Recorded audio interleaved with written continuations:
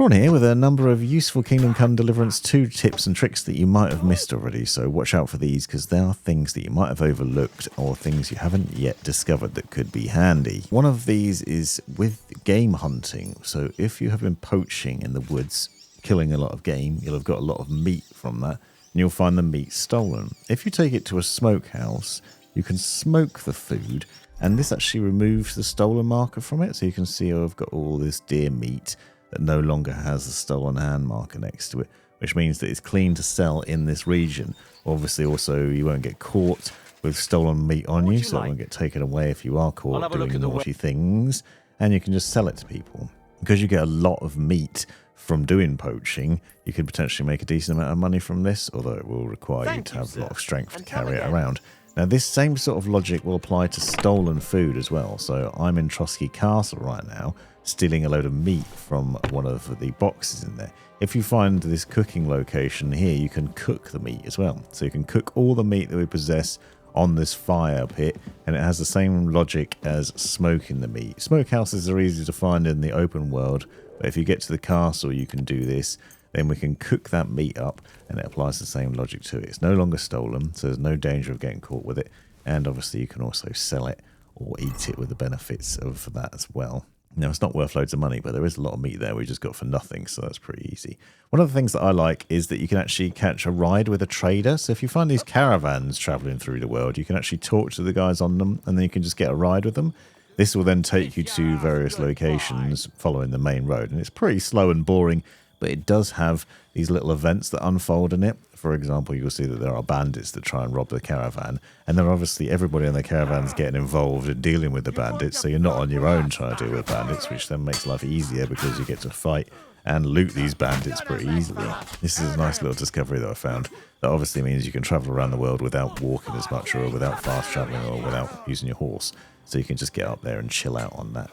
Now, when it gets to blacksmithing, you can unlock the common longsword, and the common longsword can be crafted, and you can see it's worth 800 groschen potentially. So blacksmithing this is actually pretty beneficial in a number of different ways, mostly because it's got a good resale value. It's pretty easy to craft, doesn't have mega requirements to it, and then obviously crafting it up gives you the benefit of being able to use it if you want to, if you haven't got a decent enough sword.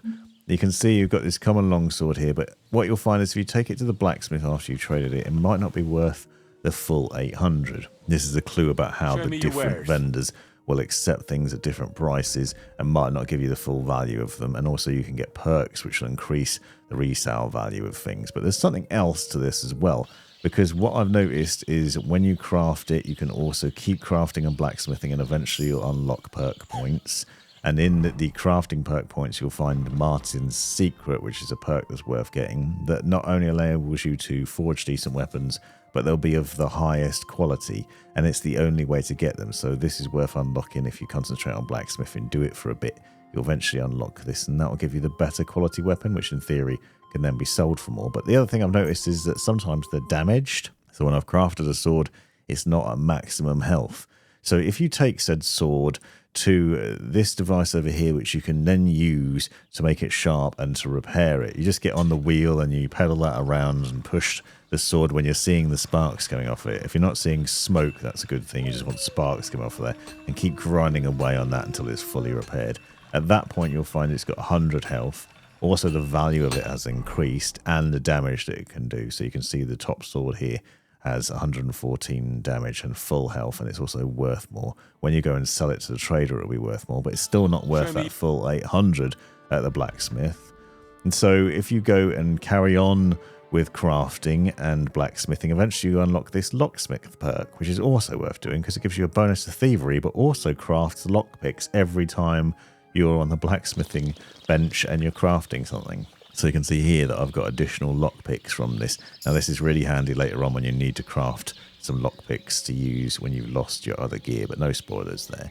Now another thing is about horse things. So if you get a better quality saddle, this improves your horse carrying capacity.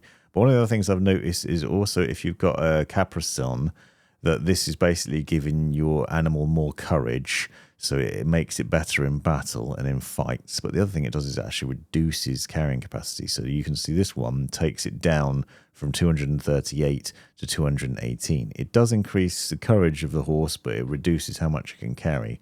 So just think about that when you're working on your horses and improving them.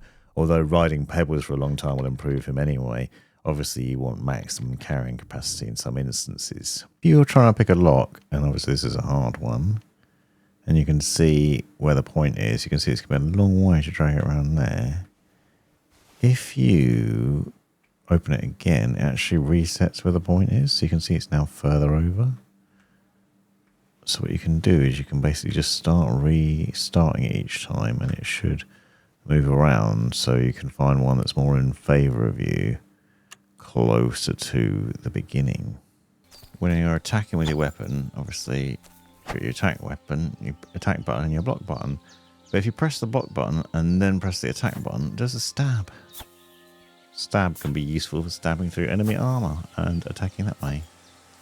So you can obviously combine this into other maneuvers, including the Master Strike and various different combos, but you can use it to just poke an enemy with a sword, and this is useful if they've got a lot of armor on, because you can just poke into them with it.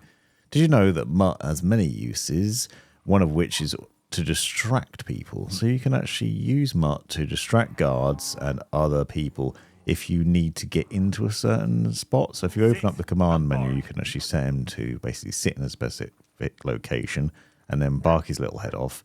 And then what that'll do is it will attract nearby guards to go and investigate. Now you won't have very much time, because when they go over, they basically try and get rid of him and he'll get shooed off. But this can be handy to get people away from a location we need to get into it. I'm trying to get into this barn so that I can paint the bull that's in there.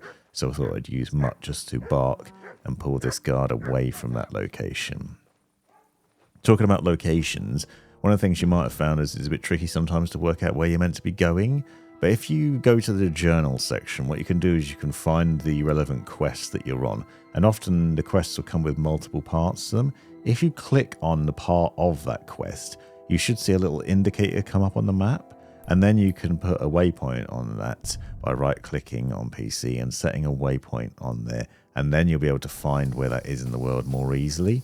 So although there's no marker directly on the screen or on the compass at the top, you can then obviously set one so that you'll be able to see it. So if you're having trouble trying to work out where to go, that's how to deal with it and how to find that relevant point. Now, when it comes to strength, you can be overburdened and walk for ages overburdened and then improve your abilities. Now, this is a trick you probably heard a lot, and it is pretty boring and it is quite taxing, but it does work really well. If you just overload yourself with loot and you're greedy with loot anyway, and then just walk to wherever you're trying to get to, you'll soon find that this increases your strength level. If you do it enough, you'll also find that it boosts your main level.